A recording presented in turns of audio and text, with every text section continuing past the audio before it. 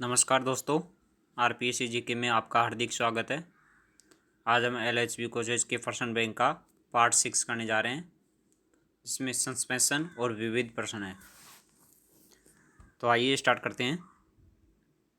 Question number 1, bogie की लंबाई। ये एलएचबी कोच की पूछ रहा है दोस्तों, बोगी की लंबाई। तो बोगी की लंबाई ऑप्शन है फर्स्ट 35 mm, 3534 mm, 3600 mm और 3530 mm। तो बोगी की लंबाई है दोस्तों 3534 mm। क्वेश्चन नंबर 2, बोगी का वजन। दोस्तों बोगी का वजन, तो बोगी का वजन होता है 6.92 ton. Question number 3, Fiat bogie की चौड़ाई। फिएट बोगी की चौड़ाई, तो दोस्तों 3030 mm, 3240 mm, 3040 mm और 3010 mm। तो फिएट बोगी की चौड़ाई होती है 3030 mm। क्वेश्चन नंबर 4, दो बोगियों के सेंटर प्यूटो के बीच की दूरी। दो बोगियों के सॉरी दोस्तों, सेंटर प्यूट नहीं है, दो बोगियों के सेंटर के बीच की दूरी पूछ रहा है ये। तो दो बोगियों के सेंटर के बीच की दूरी कितनी है दोस्तों? 15,000 mm, 14,900 mm, 19,500 mm और 15,090 mm। तो दोस्तों कितनी है दो बोगियों के सेंटर के बीच की दूरी? 14,900 mm। कितनी? 14,900 mm। Question number 5, WLRAM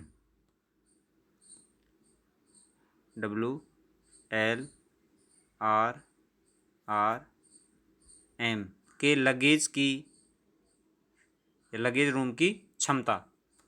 WLRRM luggage room की क्षमता कितनी है? 5 टन। कितनी? 5 ton. Question number 6, LHB coach की कूलिंग क्षमता है। LHB कोच की कूलिंग क्षमता कितनी है? कूलिंग क्षमता LHB कोच की 22.5 kilowatt. 22.5 kilowatt. Question number 7, T type schedule दर्शाता है। टी टाइप शेड्यूल दर्शाता है क्या? टी टाइप मतलब trip schedule. Trip schedule. Question number 8,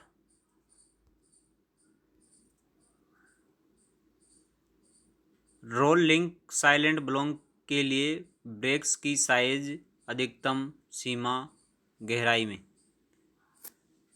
rolling silent block के लिए क्रैक्स की जायज यानी परमिसिबल अधिकतम सीमा कितनी है? तो दोस्तों कितनी है? 35 mm। कितनी है? 35 mm। 9 नंबर, प्राइमरी रबड़ पैड की नई मोटाई। प्राइमरी जो रबड़ पैड होता है उसकी नई मोटाई कितनी होती है? तो कितनी होती है दोस्तों? 30.7 mm। 30.7 mm। Question number 10, rubber pad के लिए क्रैक्स की अधिकतम परमिसिबल सीमा गहराई में। तो अधिकतम परमिसिबल सीमा कितनी है दोस्तों गहराई में? 18 mm। कितनी? 18 mm। क्वेश्चन नंबर 11, यदि बोगी से दोनों साइड लेटरल डैम्पर्स हटा दिया है। यदि बोगी से दोनों साइड लेटरल डैम्प हटा दिया गया है तो क्या होगा? कोच पटरी से उतर जाएगा, सेंटर प्यूट विस्थापित हो सकता है, बुलस्टर टॉप फ्लैंक मुड़ सकता है, लेटरल झटके बढ़ सकते हैं। तो दोस्तों क्या होगा? सेंटर प्यूट्स विस्थापित हो सकता है। क्या हो जाएगा? सेंटर प्यूट विस्थापित हो सकते हैं। क्वेश्चन नंबर 12, ग्रीस और जिंक के केस में देखा जा सकता है। ग्रीस और जिंक के केस में देखा जा सकता है। क्या देखा जा सकता है? बेरिंग के फ्रंट स्लिंग टिग पर, बेरिंग हाउसिंग के बॉटम प्लग पर, बेरिंग के बेकिंग रिंग पर और उपरोक्त सभी। तो ग्रीस हाउसिंग केस में देखा जा सकता है बेरिंग के फ्रंट स्लिंग टिग पर। ऑप्शन के। क्वेश्चन नंबर 13, टिमकेन मैक बेरिंग के लिए कितनी ग्रीस की आवश्यकता होती है? टिमकेन मैक बेरिंग के लिए कितनी ग्रीस की आवश्यकता होती है? तो इसके लिए आवश्यकता होती है 350 ग्राम। 350 ग्राम। 350 ग्राम। कितने ग्राम? 350 ग्राम। क्वेश्चन नंबर 14, डैम्पर्स के लाभ क्या है? डैम्पर्स के लाभ क्या है? तो क्या है डैम्पर्स के लाभ दोस्तों? देखिए, ऑप्शन सस्पेंस बढ़ सकता है, राइडिंग इंडेक्स सुधर सकता है, आराम बढ़ाया जा सकता है, उपरोक्त सभी। तो क्या हो सकता है डैम्पर्स के अलावा? सभी हो सकते हैं। सस्पेंस बढ़ सकता है, राइडिंग इंडेक्स सुधर सकता है, आराम बढ़ाया जा सकता है, उपरोक्त सभी। क्वेश्चन नंबर 15, या डैम्पर की कंप्रेस्ड लंबाई, या डैम्पर की कंप्रेस्ड लंबाई, तो या डैम्पर की कंप्रेस्ड लंबाई कितनी होती है? 703 plus minus 3 mm। 703 plus minus 3 mm, ये कंप्रेस्ड लंबाई पूछ रहा है। अब इसकी देखो क्वेश्चन 17, ये विस्तारित लंबाई है, या डैम्पर की विस्तारित लंबाई। तो विस्तारित लंबाई कितनी होगी इसकी? 1083 plus minus 3 mm, 1083 plus minus 3 mm। Question number 16 कीजिए। अब डैम्पर आई रबर सरफेस प्लस माइनस 0.5 से प्लस 1 mm घेरी दरार है, ये होना चाहिए। तो क्या होगा? बदलना नहीं चाहिए। क्या होगा? बदलना नहीं चाहिए। Question number 18, primary vertical damper की कंप्रेस्ड लंबाई और प्राइमरी डैम्पर की विस्तारित लंबाई, दोनों अलग अलग चीज़ है। तो प्राइमरी वर्टिकल डैम्पर की कंप्रेस्ड लंबाई कितनी है दोस्तों? 294 plus minus 3 mm, 294 plus minus 3 mm। Question number 19 की विस्तारित लंबाई वर्टिकल डैम्पर की, तो विस्तारित लंबाई कितनी है?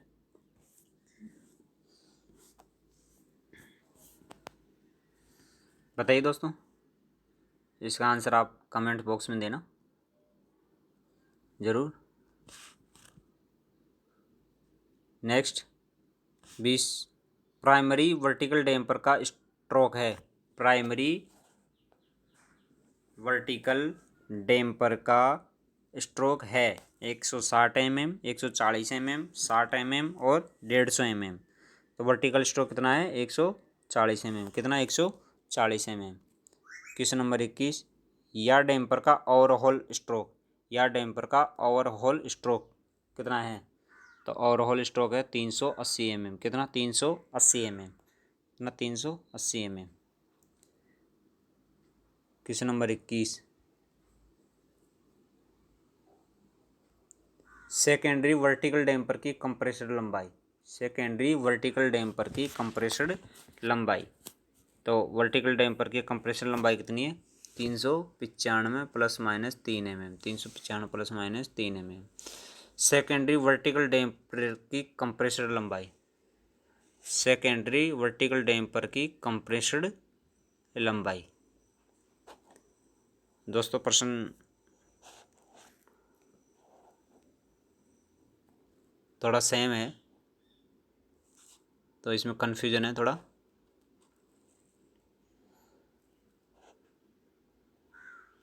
इसमें विस्तारित लंबाई आनी चाहिए जो कि 635 plus minus 3 mm। Question number 24, lateral damper की कंप्रेस्ड लंबाई, लेटरल डैम्पर की कंप्रेस्ड लंबाई कितनी है? 400 mm। कितनी? 400 mm। सेकेंडरी लेटरल डैम्पर की विस्तारित लंबाई, सेकेंडरी लेटरल डैम्पर की विस्तारित लंबाई, तो इसकी कितनी है दोस्तों? 545 प्लस माइनस कुछ नहीं है, सॉरी दोस्तों, plus minus 3 mm। Secondary lateral damper की विस्तारित लंबाई कितनी है? 545 प्लस माइनस 3 mm। 26 नंबर question, lateral damper, secondary lateral damper की overall stroke, secondary lateral damper की ओवरऑल स्ट्रोक कितनी? 185 plus minus 3 mm, 185 plus minus 3 mm। 27 नंबर क्वेश्चन, AC 3 टायर में आपने सफ़र किया होगा दोस्तों, तो AC 3 टायर में जुड़े अंडर फ्रेम टैंक की क्षमता कितनी है? तो इसमें जुड़े अंडर फ्रेम टैंक की क्षमता है 685 लीटर, 685 लीटर। क्वेश्चन नंबर 28 है, इमरजेंसी के लिए टॉयलेट में लगाए गए वाटर टैंक की क्षमता है, इमरजेंसी के लिए टॉयलेट में लगाए गए वाटर टैंक की क्षमता क्या है? तो दोस्तों इसकी वाटर टैंक की क्षमता है इमरजेंसी के लिए जो लगाया गया है 30 लीटर। कितना है? 30 लीटर। क्वेश्चन नंबर 29, LHB कोचों पर लगे CBC, LHB कोचों पर लगे CBC है क्या है? केवल पुलिंग एक्शन, केवल बफिंग एक्शन, दोनों पुल और बफिंग एक्शन, या तो क या ख। तो क्या है दोस्तों? दोनों पुल और बफिंग एक्शन, दोनों पुल और buffing. Question number 30, rolling stock के लिए किस प्रकार का रखाव उपयोग किया जाता है? रोलिंग स्टॉक के लिए किस प्रकार का रखरखाव उपयोग किया जाता है? तो रोलिंग स्टॉक के लिए ब्रेक डाउन रखरखाव, प्रिवेंटिंग रखरखाव, दोनों क या ख, ये तो क या ख। तो क्या है दोस्तों? दोनों क या ख, दोनों क या ख।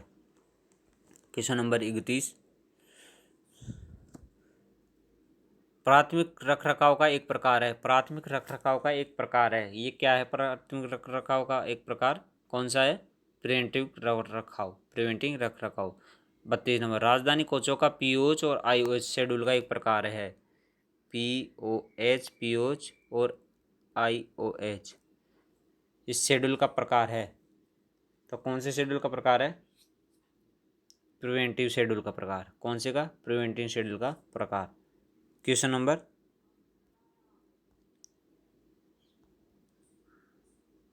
33, फिट लाइन पर किया रखरखाव है, फिट लाइन पर किया रखरखाव है, कौन सा फिट लाइन पर रखरखाव होता है? केवल सेकेंडरी रखरखाव, केवल प्राइमरी रखरखाव, केवल सुरक्षित चलाने के लिए, केवल क और ख। तो दोस्तों कौन सा है इसका? केवल क और ख। 34 नंबर, LHB कोच के एक्सल की क्षमता, LHB कोच के एक्सल की क्षमता। तो LHB कोच के एक्सल की क्षमता होती है 16.25 टन।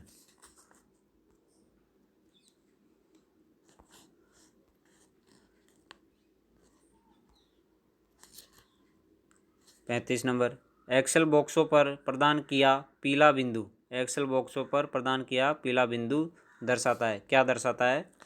जहाँ स्थान जहाँ बेयरिंग का सही तापमान मापा जा सकता है, स्थान जहाँ बेयरिंग का सही तापमान मापा जा सकता है, वो पीला बिंदु दर्शाता है। एंटी रोलर बार का मुख्य कार्य, एंटी रोलर बार का मुख्य कार्य, तो एंटी रोलर बार का मुख्य कार्य दोस्तों कोच के रोलिंग एक्शन को रोकने के लिए, कोच के रोलिंग एक्शन को रोकने के लिए। Question number 37, anti roll bar का फ्री मूवमेंट निर्भर करता है, एंटी रोलर बार का फ्री मूवमेंट निर्भर करता है, क्या निर्भर करता है? ब्रैकेट्स में ग्रीस की कंडीशन पर, दोनों सिर पर बेयरिंग की कंडीशन पर, बेयरिंग की कंडीशन पर, और उपरोक्त सभी। तो क्या होगा इसका दोस्तों? उपरोक्त सभी। Question number 38, anti roll bar के लिए जांच की जानी चाहिए, एंटी रोल बार के लिए जांच की जानी चाहिए। तो एंटी रोल बार के लिए जांच किस की जानी चाहिए? किसी भी रगड़ के लिए, किसी भी दरार के लिए, फ्री मूवमेंट के लिए, उपरोक्त सभी के लिए। तो क्या होगा दोस्तों? उपरोक्त सभी के लिए। क्या होगा? उपरोक्त सभी के लिए। Question number 39, question number 39, anti roll bar के लिए ग्रीस की कंडीशन की जांच प्रत्येक के दौरान की जाना चाहिए, एंटी रोल बार के लिए ग्रीस की कंडीशन की जांच प्रत्येक के दौरान की जाना चाहिए। तो क्या है दोस्तों? D1 schedule, D2 schedule, D3 schedule और उपरोक्त सभी। तो इसमें क्या होगा? उपरोक्त सभी। क्वेश्चन नंबर 40, एंटी रोलर बार का ग्रीस बदलना चाहिए प्रत्येक के दौरान, एंटी रोलर बार का ग्रीस बदलना चाहिए, कब बदलना चाहिए?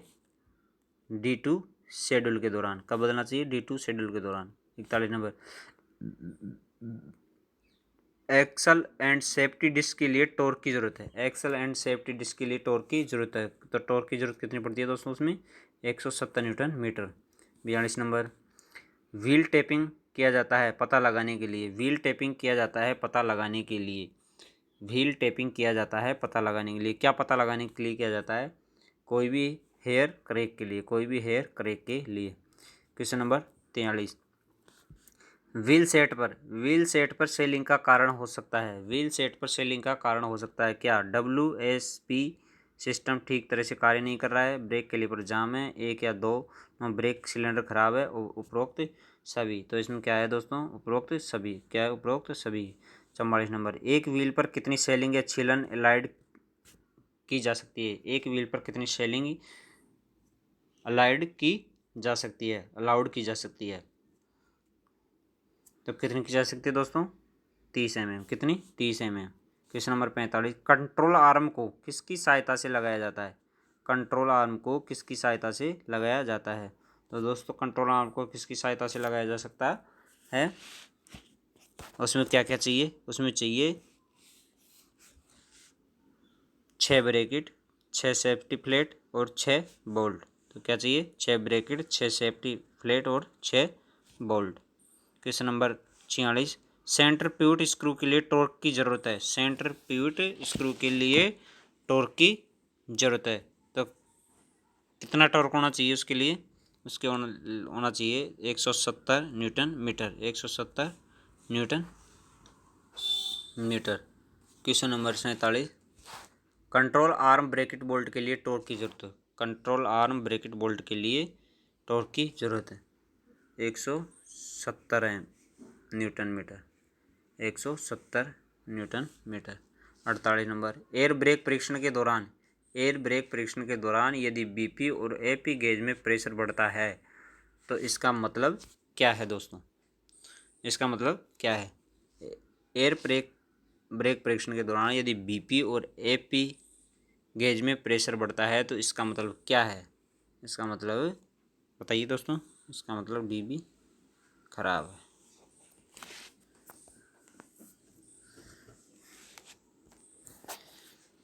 क्वेश्चन नंबर 49, स्लैक एडजस्टर नट को ढीला करने के लिए किस साइज का स्पैनर उपयोग करते हैं? स्लैक एडजस्टर नट को ढीला करने के लिए किस साइज का उपयोग करते हैं? केवी मेक केस में। कौन से में? केवी मेक केस में। तो दोस्तों कौन सा है? F36 का।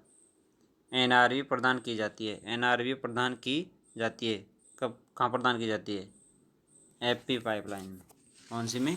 एपी पाइपलाइन में। 51 नंबर, यदि रोलिंग का साइलेंट ब्लॉक, यदि रोल लिंक का साइलेंट ब्लॉक एक तरफ स्थानांतरित कर दिया जाता है तो रोल लिंक को क्या कर सकते हैं? बदला जा सकता है। क्या कर सकते हैं? बदला जा सकता है। यदि ट्रैक्शन लिंक का साइलेंट ब्लॉक एक तरफ स्थानांतरित किया जाता है तो ट्रैक्शन लिंक क्या किया जा सकता है? बदलना चाहिए। क्या करना चाहिए? बदलना चाहिए। क्वेश्चन नंबर 53,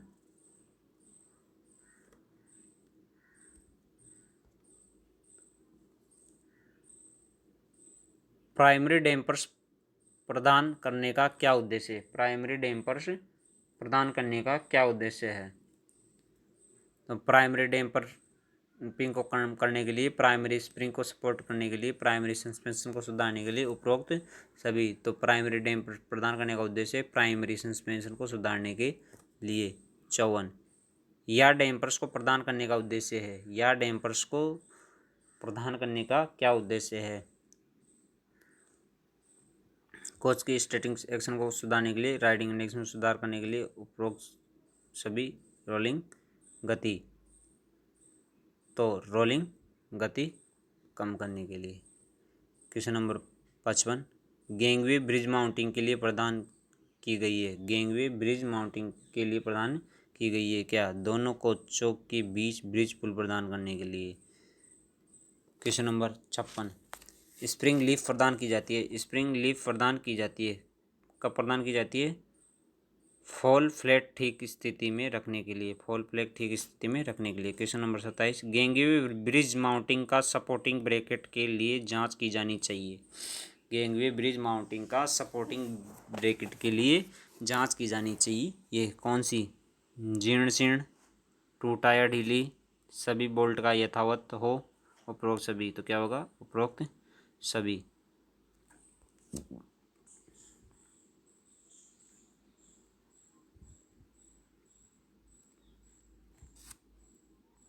अट्ठावन नंबर, गैंगवे ब्रिज माउंटिंग के लिए आइटम्स की जांच की जानी चाहिए। गैंगवे ब्रिज माउंटिंग के आइटम्स की जांच की जानी चाहिए। कौन से शेड्यूल में? D2 शेड्यूल में। किस में? D2 शेड्यूल में। क्वेश्चन नंबर 59, प्रत्येक बोगी पर केवल एक लेटरल डैम्पर प्रदान की जाती है। प्रत्येक बोगी पर केवल एक लेटरल डैम्पर प्रदान की जाती है। क्यों की जाती है? क्योंकि ये दोनों तरफ के लेटरल मूवमेंट को कंट्रोल कर सकते हैं। क्वेश्चन नंबर 60, स्लाइडिंग दरवाज़ों का मूवमेंट के द्वारा एडजस्ट किया जाता है। स्लाइडिंग दरवाज़ों का मूवमेंट के द्वारा एडजस्ट किया जाता है क्या? सिलेंडर स्क्रू को एडजस्ट करके। इसको सिलेंडर स्क्रू को एडजस्ट करके। क्वेश्चन नंबर 61, दांतेदार बेल्ट किस पर प्रदान की जाती है? दांतेदार बेल्ट किस पर प्रदान की जाती है? तो किस पर प्रदान की जाती है? केवल वेस्टिबुल दरवाज़ों पर। किस पर? वेस्टिबुल दरवाज़ों पर। 62 नंबर, स्लाइडिंग और वेस्टिबुल दरवाज़ों के फ्री मूवमेंट के लिए, स्लाइडिंग और वेस्टिबुल दरवाज़ों की फ्री मूवमेंट के लिए क्या किया जाना चाहिए? तो क्या किया जाना चाहिए? सॉफ्ट पर तेल प्रदान किया जाना चाहिए। सॉफ्ट पर तेल प्रदान किया जाना चाहिए। क्वेश्चन नंबर 63, एक कोच पर कितनी आपातकालीन खिड़कियां प्रदान की जाती है? तो आपने रेल के डिब्बों में सफ़र किया होगा तो आपको पता होगा। तो एक कोच पर कितनी आपातकालीन खिड़कियां प्रदान की जाती है LHV में?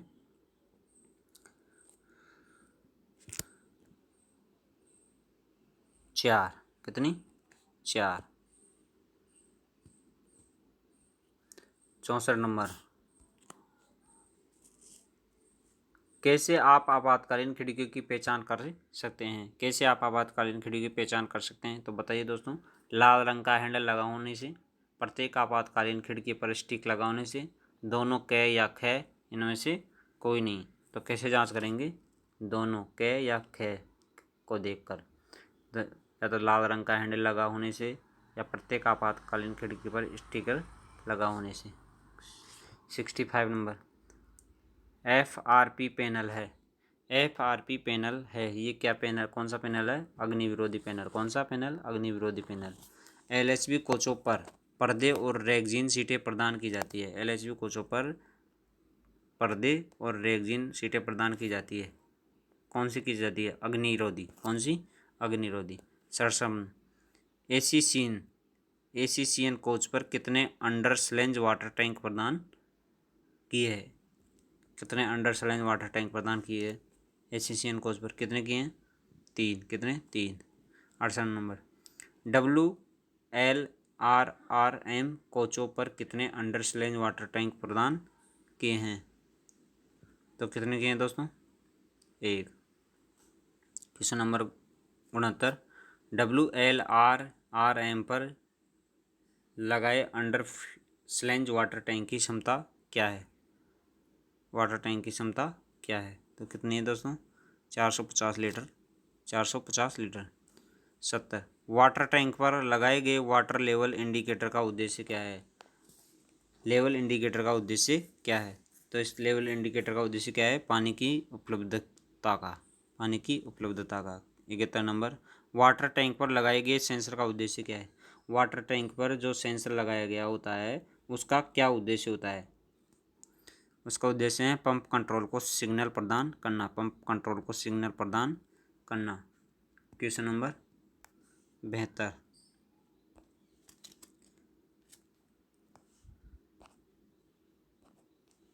सेंसर प्रदान किए जाते हैं। सेंसर प्रदान किए गए हैं सभी वाटर टैंक पर, एक वाटर टैंक पर और इनमें से कोई नहीं। तो बताइए दोस्तों, सेंसर प्रदान किए जाते हैं कहाँ? एक वाटर टैंक पर। कितने पर? एक वाटर टैंक पर। क्वेश्चन नंबर 73, पंप कंट्रोल खाली दर्शाता है। क्या दर्शाता है? खाली। जबकि वाटर टैंक पूरा भरा है। इसका मतलब क्या है दोस्तों? सेंसर खराब हो सकता है, टैंक में पानी नहीं है, कै और खे दोनों, इनमें से कोई नहीं।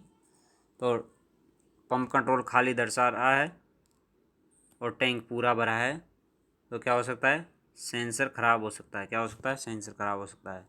यदि एक्सल बॉक्स की प्राइमरी स्प्रिंग कमज़ोर है, यदि एक्सल बॉक्स की प्राइमरी स्प्रिंग कमज़ोर है तो ये किसके द्वारा पहचाना जा सकता है? किसके द्वारा पहचाना जा सकता है दोस्तों? प्राइमरी डैम्पर का डिफ्लेक्शन मापकर। कैसे? प्राइमरी डैम्पर का डिफ्लेक्शन मापकर। क्वेश्चन नंबर 75, यदि लगेज डोर टॉप स्टॉपर नहीं है, यदि लगेज डोर टॉप स्टॉपर नहीं है तो क्या होगा? लगेज डोर बंद नहीं होगा, लगेज डोर नहीं खुलेगा, लगेज डोर लॉक ऑपरेट नहीं होगा, या तो कै या खे। तो क्या होगा? लगेज डोर लॉक ऑपरेट नहीं होगा। क्वेश्चन नंबर 76, यदि डंप वाल्व लगातार खुला रहा है, यदि डंप वाल्व लगातार खुला रहा है तो इसका कारण हो सकता है, क्या कारण हो सकता है? तो डंप वाल्व सक्रिय स्थिति में फंसा हुआ है। क्वेश्चन नंबर 77, यदि डंप वाल्व लगातार खुल रहा है तो सुधारात्मक कार्रवाई क्या है? यदि डंप वाल्व लगातार खुला रहा है तो सुधारात्मक कार्रवाई क्या है? तो डंप वाल्व कनेक्टर को बाहर खींचो और फिर से कनेक्ट करो। डंप वाल्व कनेक्टर को बाहर खींचो और फिर से कनेक्ट करो। क्वेश्चन नंबर 78, डंप वाल्व के दौरान ही काम करता है। डंप वाल्व के दौरान ही काम करता है। कब काम करता है डंप वाल्व? सर्विस एप्लीकेशन के दौरान। कब? सर्विस एप्लीकेशन के दौरान। क्वेश्चन नंबर 79, ये दोस्तों इसमें 90 के समथिंग पर्सन होंगे, इसलिए समय थोड़ा अधिक लगेगा।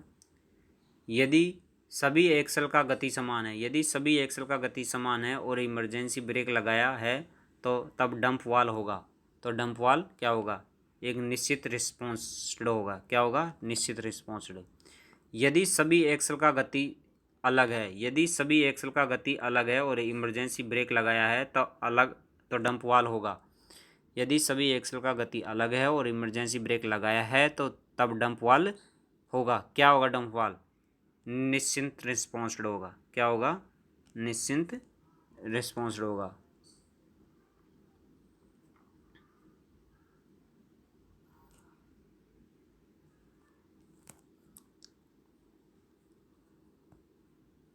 इक्यासी नंबर दोस्तों,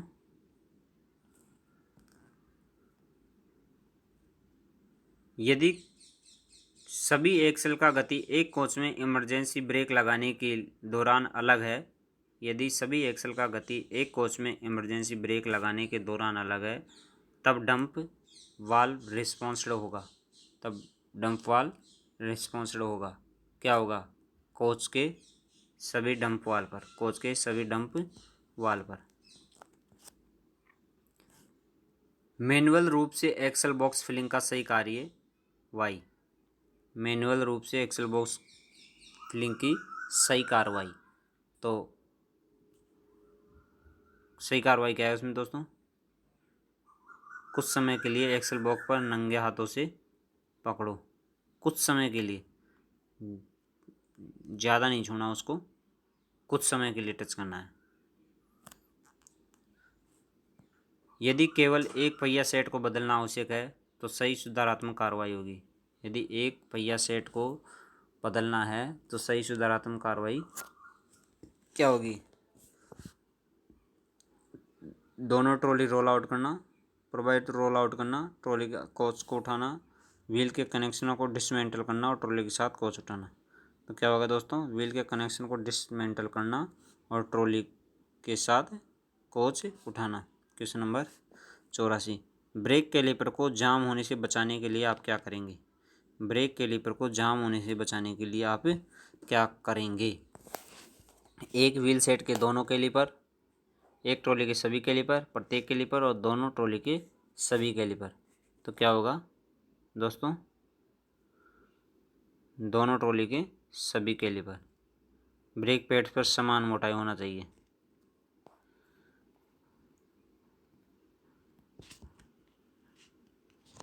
क्वेश्चन नंबर 87, यदि ब्रेक पैड का टेपर कंडीशन में बेयरिंग आउट है तो कारण हो सकता है। यदि ब्रेक पैड का टेपर कंडीशन में वेयर आउट है तो कारण हो सकता है क्या? ब्रेक पैड्स टेपर मोटाई के साथ जानबूझकर फिट किए हैं, कैलिपर जाम स्थिति में चल रहा है, कैलिपर यूनिट का माउंटिंग बुश नष्ट या करेक्ट है, उपरोक्त में से कोई नहीं। तो दोस्तों क्या है? कैलिपर यूनिट का माउंटिंग बुश नष्ट या करेक्ट है। क्वेश्चन नंबर 88, ब्रेक डिस्क पर भारी खरोच के निशान दिखते हैं। ब्रेक डिस्क पर भारी खरोच के निशान दिखते हैं तो क्या कारण हो सकता है दोस्तों? ब्रेक पैड्स कंडम करने की सीमा से पुराना है, ब्रेक पैड्स छूटा है, ब्रेक पैड्स के बीच फोरन कर्ण उपस्थित है और उपरोक्त सभी। तो क्या है दोस्तों? ब्रेक पैड्स के बीच फोरन कर्ण उपस्थित है। क्या है? फोरन कर्ण उपस्थित है। क्वेश्चन नंबर 89, यदि ब्रेक पैड पर टेपर कंडीशन में वेयरिंग आउट है तो सही कार्रवाई होगी। तो सही कार्रवाई क्या होगी दोस्तों? बताइए। उसी हालत में ब्रेक पैड्स अलाउड होगा करना है, ब्रेक पैड्स को तुरंत बदलना है, ब्रेक कैलिपर यूनिट तुरंत बदलना है, इनमें से कोई नहीं। तो क्या होगा दोस्तों इसमें, इनमें से कोई नहीं। क्वेश्चन नंबर 90, यदि 125 लीटर रिजर्वायर का ड्रेन को खुला या टूट जाता है तो क्या होगा? पूरे रैक का ब्रेक फेल हो जाएगा, 75 लीटर रिजर्वायर में ड्रेन हो जाएगा, 75 लीटर पर रिजर्वायर प्रभाव नहीं होगा और उपरोक्त सभी। तो क्या होगा? पूरे रैक का ब्रेक फेल हो जाएगा। क्या हो जाएगा? पूरे रैक का brake fail. 91 number, FP line का एनआरवी खराब है, एफपी पाइप का या एफपी लाइन का एनआरवी खराब है, एनआरवी नॉन रिटर्न वाल ये खराब है। तो दोस्तों क्या होगा? दोनों बीपी और एफपी ड्रेन होंगे, केवल 125 लीटर रिजर्वायर ड्रेन होगा, केवल 75 लीटर रिजर्वायर ड्रेन होगा और उपरोक्त में से कोई नहीं। तो दोस्तों क्या है इसका? 175 लीटर रिजर्वायर ड्रेन होगा।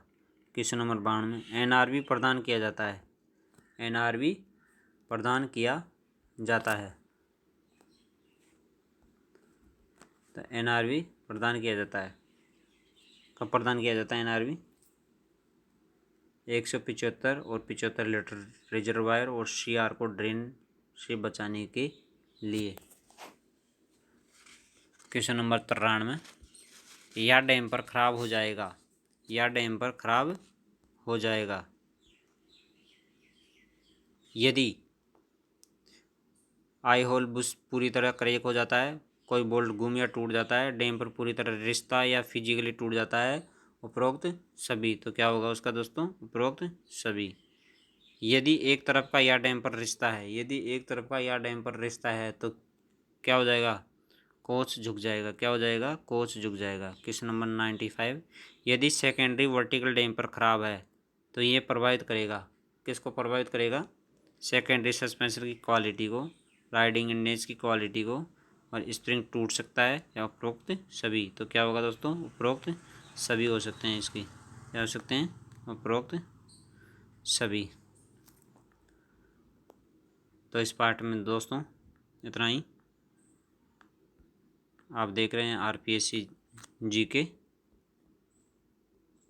देखने के लिए बहुत बहुत धन्यवाद आपका। कमेंट बॉक्स में ज़रूर बताइए, कुछ गलतियाँ हो गई तो उसको अगले वीडियो में सुधारात्मक प्रयोग किया जाएगा। और गलतियाँ इंसान से होती है दोस्तों। धन्यवाद।